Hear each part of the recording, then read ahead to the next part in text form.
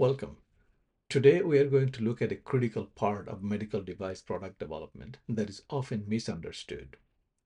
We'll explore why even the most talented engineering teams fall into traps during design reviews and how you can transform the meetings from a compliance hurdle into a powerful competitive advantage.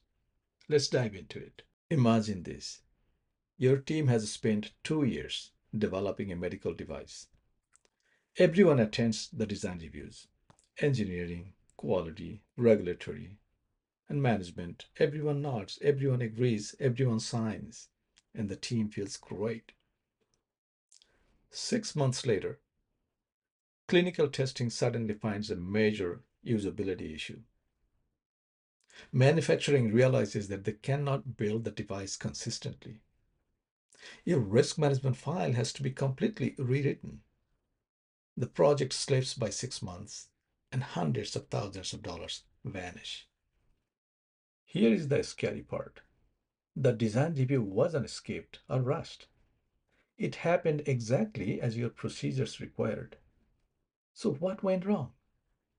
Today, I'm going to show you why excellent teams conduct bad design reviews and how one simple change can improve your design history file and FDA readiness. For those of you who don't know me yet, my name is Sadar Mustafa. I've been involved in medical device product development, engineering, quality, regulatory, and operations for over a decade, from lead product development engineer to vice president of quality and regulatory, serving most countries in the world. And I'm known for transforming complex medical device challenges into innovative, sustainable solutions. I also teach and mentor an undergraduate engineering program, product development course, bridging the gap between theory and practice. My mission today is helping professionals become more effective engineers, quality professionals, and leaders, while helping organizations build better products and quality systems. I have participated in hundreds of design reviews from startup environments to FDA cleared products. And I've noticed something surprising. Bad design reviews are almost never caused by bad engineers. They are caused by good engineers making predictable mistakes. Today, we'll look at the top three biggest ones. The first failure is that everyone reviews, but nobody challenges. We often think the purpose of a design review is agreement. It isn't. The real purpose is disagreement, healthy, professional, and constructive disagreement. If everyone agrees immediately, someone isn't asking the difficult questions or the right questions. Human psychology leads us toward confirmation bias. We want to believe the design is good, so we only look for evidence that supports that. Instead of asking, is this design acceptable? Try asking, if this product failed in the field next year, what would we wish we had questioned today? That one question changes the entire conversation.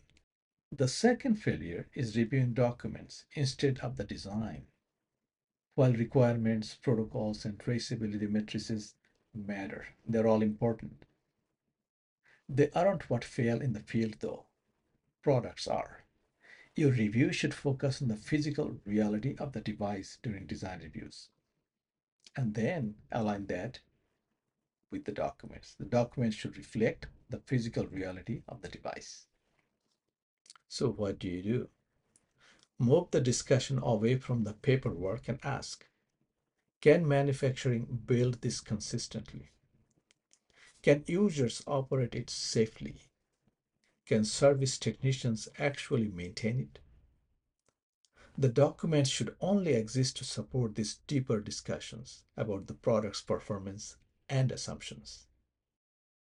The third, and perhaps the biggest failure, is the lack of a truly independent reviewer. FDA and ISO both expect independent participation, but many companies misunderstand this. An independent reviewer isn't just someone from another department. It's someone who can objectively challenge the project without protecting earlier decisions. The lead engineer often cannot do that. Why? because they're emotionally attached and invested. They have spent months solving this problem. Naturally, they defend their work. A skilled independent reviewer asks the uncomfortable questions. Have we explored alternative options? What if manufacturing variability increases? These are the questions that save projects. See, most design review failures are human failures, not regulatory ones. Groupthink, authority bias, and the pressure to stay on schedule often lead people to stay quiet in the design reviews.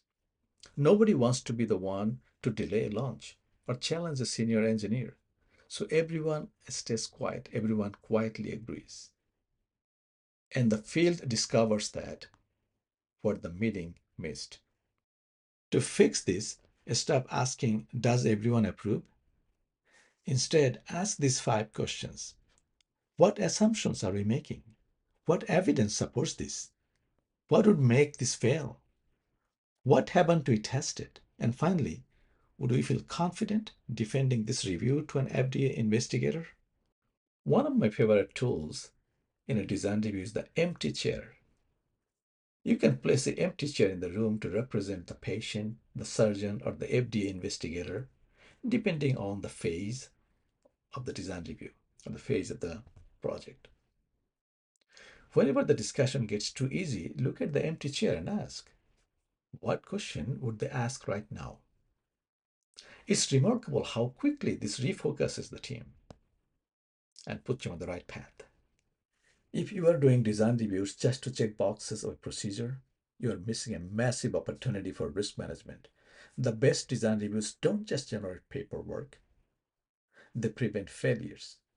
This is exactly what I help accomplish companies. I provide consulting, training, independent design reviews, and practical coaching that combines engineering, quality, regulatory affairs, and operations. I also teach engineering undergraduate students, not just compliance, but better product development. If you want stronger DHFs and FDA-ready documentation, let's work together. You will find more information in the description below.